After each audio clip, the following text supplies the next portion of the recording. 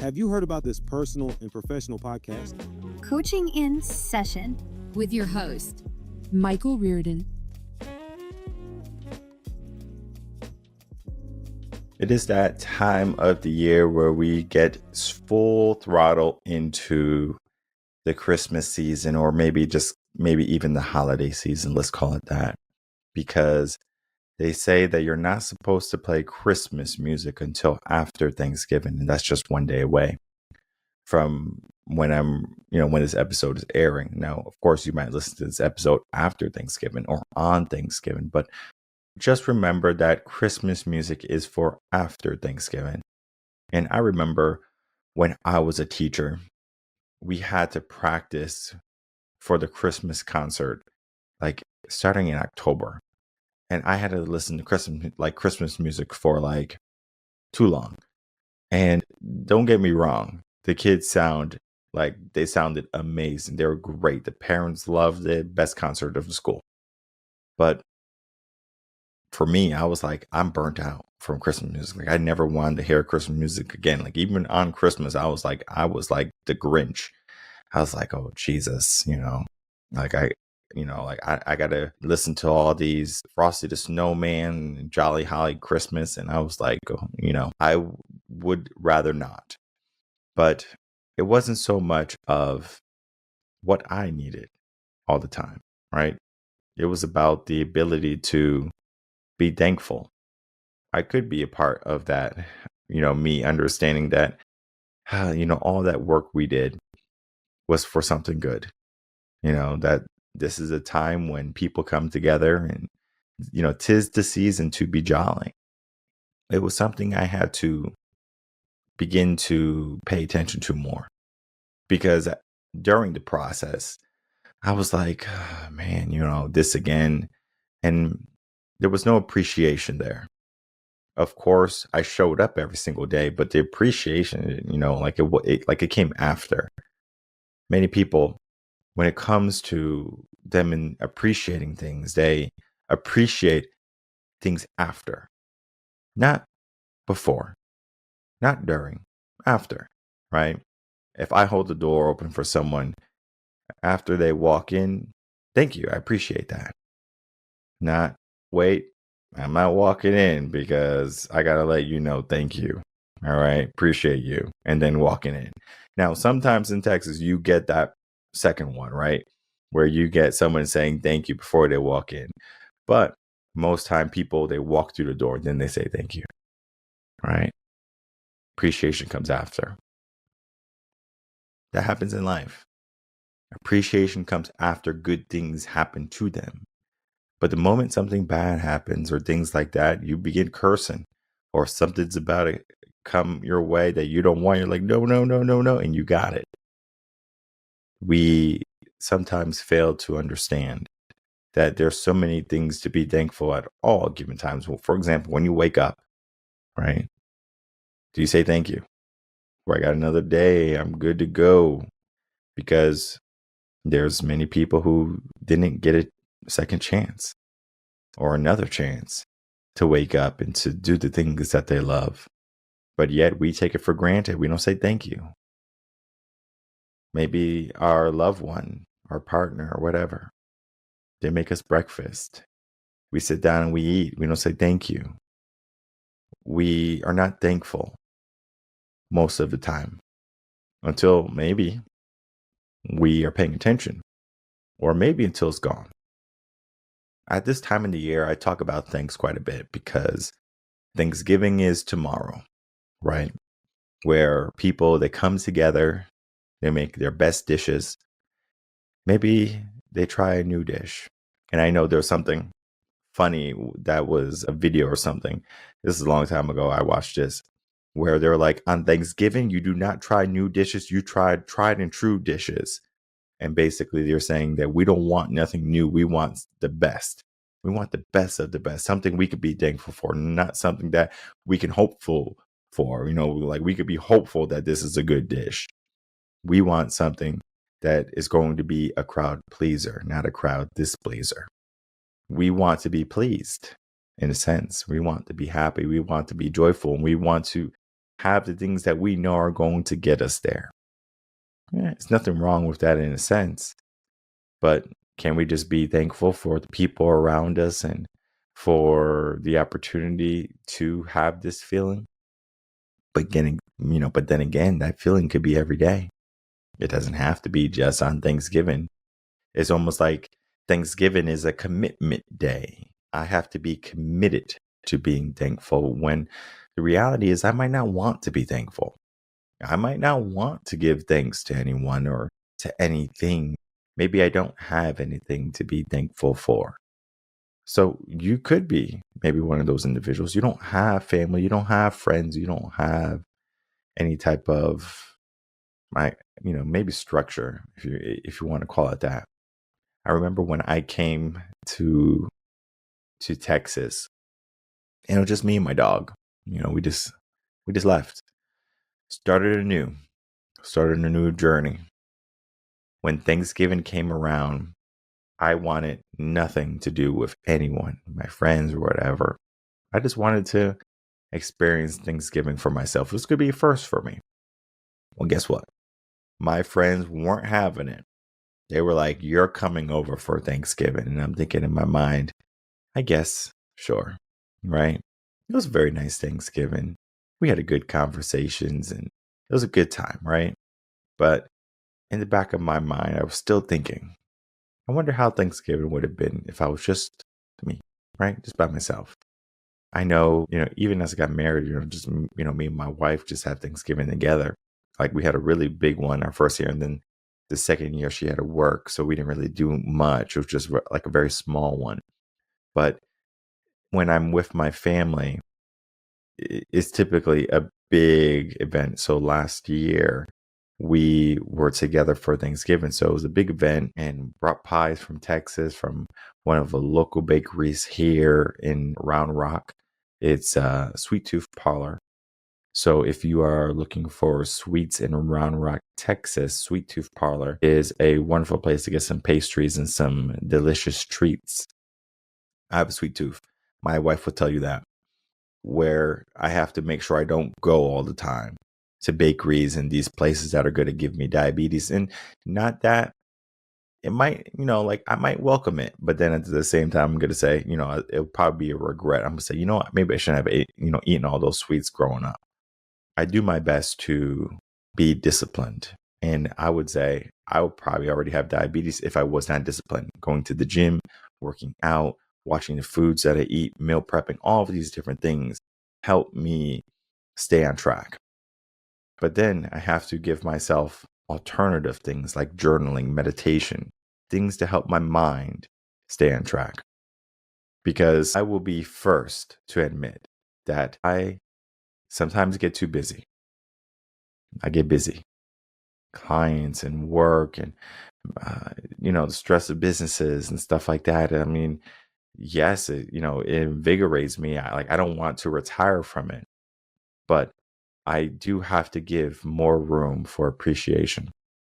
I remember when I was going through my biggest changes in 2016 and 17, I developed habits to help me be more thankful. Today, my thankful habits are more journaling only. Every morning I would wake up and I would just spend some time and I would just be thankful for the morning. Just be thankful. I would plan. I planned in the morning typically. And typically in the night, I just did some reading, wasn't much planning. I had my schedule for the day, but there wasn't much planning going on. So in the morning, I was thankful just for that opportunity because I think I did it almost subconsciously, planning in the morning, because I said, and this is all internal, tomorrow's not promised. So why am I over here thinking that tomorrow's promised? Why am I over here planning for tomorrow and I might not get it? So I waited. I waited until the morning of, and I said, okay, let me plan for today now that I got it. So it was just always something that, I find humor in how most people, they wait, right? We wait until something bad happens or until everything is done for us to be thankful or for us to take action. The reality is we can take action even when we're not ready, even when it's not promised. We do it all the time, but yet we don't give our mind, our mindfulness to that. For example, we might say we want a big house. Well, guess what? A big house is not promised to you, but yet we think about it. We say we want a fast car. Guess what? That you don't need a fast car, number one. But then number two, you might not even get the fast car, right? But we still think about it, right? There's moments that light us up. They invigorate us, right? They give us hope, right? People, we love hope, right? We want things to come our way, right? We want to have the victory. We want to be successful. But what is true success? I talk about my favorite definition of success on the podcast quite a bit now. It's just I just love this definition. Is success is needing nothing and having everything. It's so powerful because on Thanksgiving, for example, you might need nothing and you might have everything, right? Maybe everything that you have is your family and maybe the meal that you're going to eat or whatever it be, right? But you could be a person maybe that you need some food, you need some friends, right? You need a place that you could be thankful that you're in. Depending on your situation, of course. What are you doing about it? If you are in a good place, are you enjoying that good place? If you are not in a good place, what are you doing to get to that good place? Because if you are not in that good place right now, the only thing that you have to do is to look at what you do have. Do you have shoes? Maybe you do, right? Maybe you have clothes on your back. Maybe you have roof over your head. Maybe you have some food that you can eat. Maybe you have a friend, a dog, a cat, whatever it be. Maybe it can be just as simple as that you are alive. And maybe you can be even in a really dark spot. And you don't wish for any of those things. Maybe you wish for death. Like you just like, I don't want any of this anymore. You could be in that deep, dark place too. Now, I'm not saying that you should be thankful for those dark moments all the time, but what I will say is if you can overcome with help most of the time, some assistance, or just your resilience in your grit, you're going to look at that moment as one of your trials. And in that trial, you're going to say, you know what? I was able to overcome that. I can overcome something even more challenging. Or if something that is less of a challenge, then now you're like, well, cakewalk, walk in the park. Thanksgiving is more of a time for you to realize it's almost like Valentine's Day, where you realize your partner and you're like, oh, I love my partner and I got to let them know I appreciate them. Thanksgiving is a time where you appreciate everything you should be thankful for and you appreciate them. Thanksgiving can also be a discipline where every day we give thanks. Every day we give structure. Every day we say, you know what? I'm going to be thankful for today. I'm going to be thankful for what I have and what I will have. Because we become so busy in our fast-paced society, right? We're always moving so fast. We're trying to get everything. It's like we have to be 50 places at once. When the reality is you just have to be present. You just have to be right here. Right now wants you. Right now needs you. But we give our attention to something else. Slowing down and paying attention and being able to journal and being able to, just chew your food as a metaphor. You can begin to taste it. I know if someone is really hungry or really thirsty, they'll like gulp their food down or chug their water. If you are not really too hungry or if you're disciplined to slow down, you get to appreciate what you have. They say that you're not supposed to chug water anyway, but if you do, it tastes like nothing, right? But if you take a little sip, you're like, you can feel it go down your throat. Maybe it's a little bit warm for being in the car. If you're in Texas, maybe it's cool, got ice in it, so you could feel that. All of this, is something that you could be thankful for. But we turn on the faucet and, it's almost like an expectation for us. Yet there's people in the world who don't have running water, let alone food. Maybe you get a nice big quarter pounder from McDonald's or McBack, whatever they got, and some fries, and you're like, no, no, no, no, no, and you just chew it all up. And it's nice, right? It tastes whatever, right? I haven't had McDonald's and I can't even tell you how long, 10 years or longer, who knows, right? But I'm not an advocate for McDonald's. I don't believe fast food is good food, but I understand sometimes you will have fast food because maybe you're on a road trip or things like that. And it might be just the most convenient thing. I understand maybe you don't have the money. You're just looking to fill your belly, to get some type of thing inside of you, some type of nutrients, even though it's not really nutritious. Depending on, who you are, just in general, growing up, you're going to gravitate toward certain things more.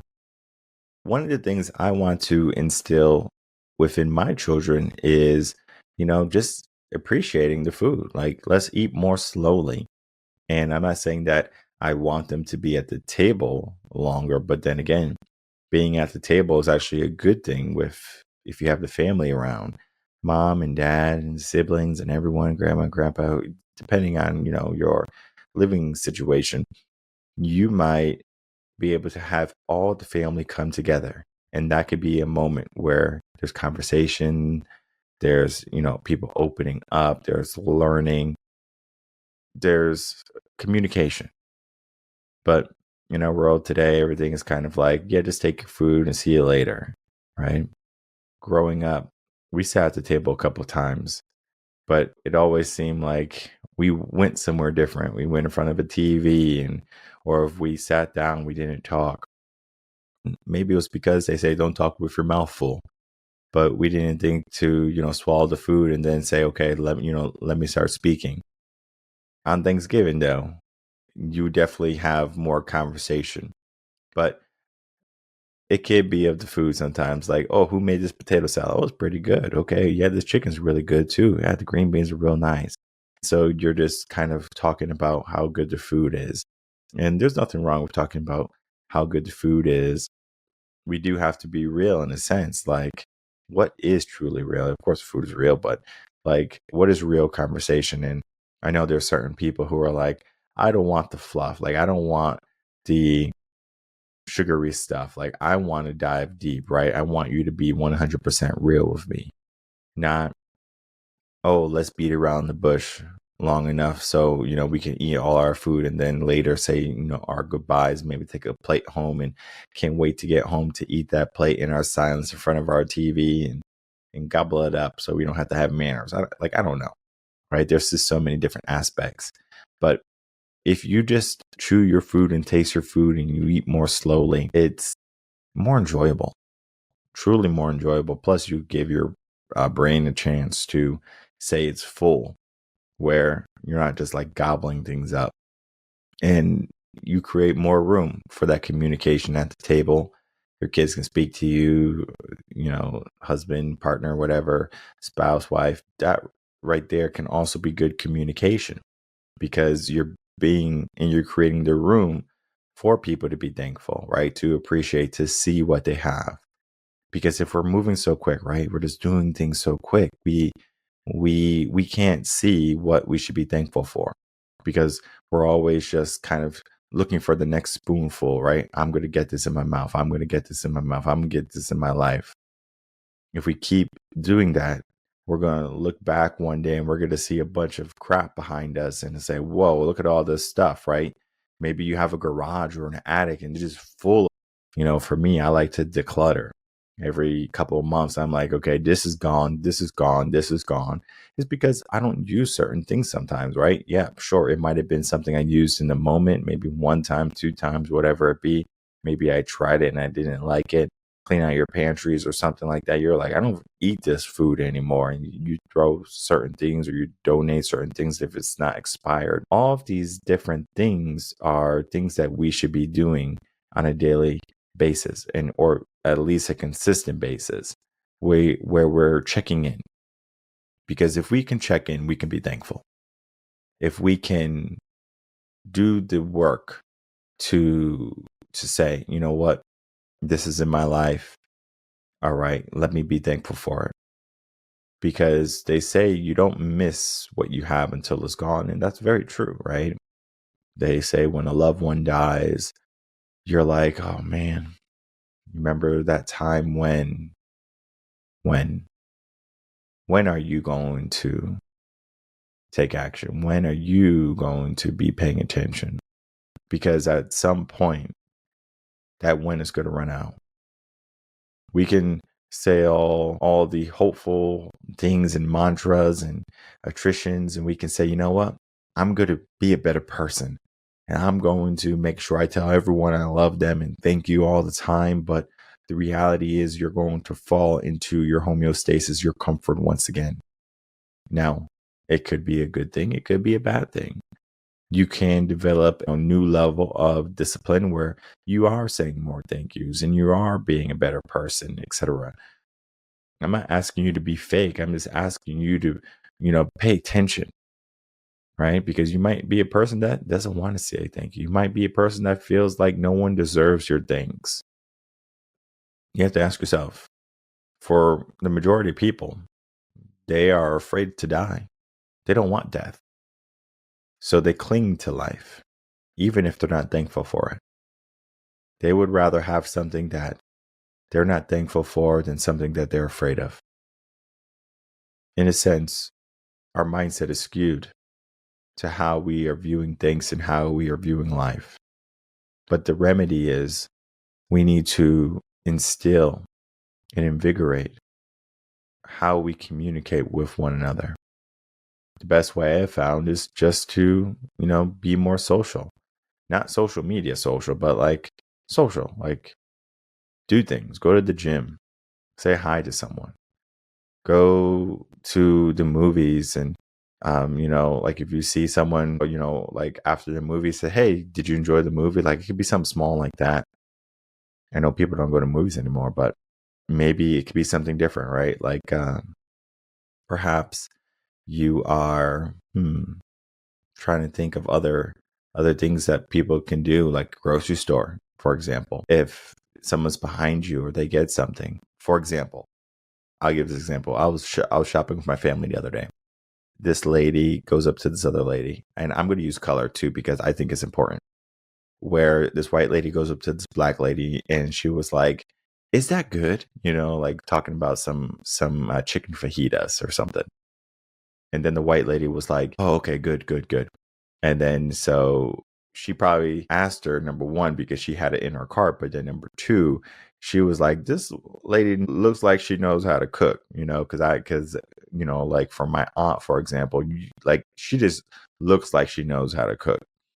You just know, right? So you would always ask like her recipes, like, hey, can you give me your favorite recipe? And she's like, no, I can't do that. I'm just thinking in my head, like, you have to be able to give it to someone. Otherwise, they're not going to have it, like, when you're gone. Because I was just talking to my wife the other day about my great grandmother and how she would make food and like like rice and the beans and stuff like that, where I have not had her food maybe a couple times, but it's always like a hit or miss type of thing. How in the world did she get the food to taste that way? And it's so funny. I remember one of her friends came, I believe it was Rosa or someone else. She came over, and this is like when I was in college. I showed up, and she was talking to her friend, and the friend was just there watching her cook.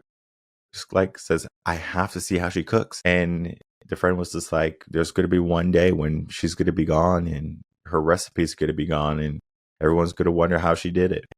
Sure enough, that's what happened. No one knows how to make them, right? But then, the friend even went on to say that even after watching her, I probably can't make it like her. Why? It could be experience, right? It could be wisdom. It could be, maybe my grandmother, she has a secret recipe. In the moment the girl turned her back for 1 second, she threw the ingredient in and it remained a secret. Secrets don't make friends, they say, right? But it's interesting, right? Because in those moments we can appreciate, what we had more, right? And we can say, well, that was good. And then it can give us the wisdom to say, you know what, let me start to appreciate anything else that's in my life that's really good that I'm not paying attention to, because we start to adjust, right? So if things are bad, if things are not going our way, we can say, okay, well, I'm not going to do that again. For example, caveman and fire bad, right? I'm not putting my hand in fire anymore. I burned my hand in the stove. I'm not going to touch a stove anymore, right? We say, okay, I'm learning, I'm being more careful. Same thing can happen with, giving thanks, right? We can be more careful with how we are not giving thanks, right? Maybe you have been thankful to someone and maybe they have not given the thanks back, and maybe you can be more stingy with your thanks now, right? So maybe you could be thankful for, understanding that not everyone needs your thanks. Sure, right? Like we can go that way. At the end of the day, being thankful and appreciating what you have in life becomes a discipline. It becomes a mindset. We can instill that within ourselves. We can begin to write and journal and pay more attention to those moments in our life because they're all around us. You are listening to this because you have one of those moments. You can be thankful to listen, to the podcast. I'm not saying that you have to be thankful for the podcast, but that that you have hearing, that you have breath within you, that you have life within you. That could be enough. Because after this episode, maybe even now, you might say, I'm going to go do the things that I'm going to be thankful that I did them. For example, people who don't want to go to the gym when they go to the gym. If I don't want to go to the gym today, and I say, I don't want to go to the gym today, and I go to the gym, I'm more thankful and happy that I went to the gym than if I didn't go to the gym.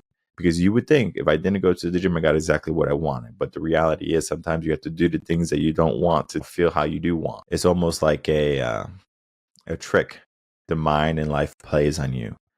If you want to be successful, you have to take action. You have to get uncomfortable. But yet many people, they want comfort in life and they think they should be seeking comfort, right?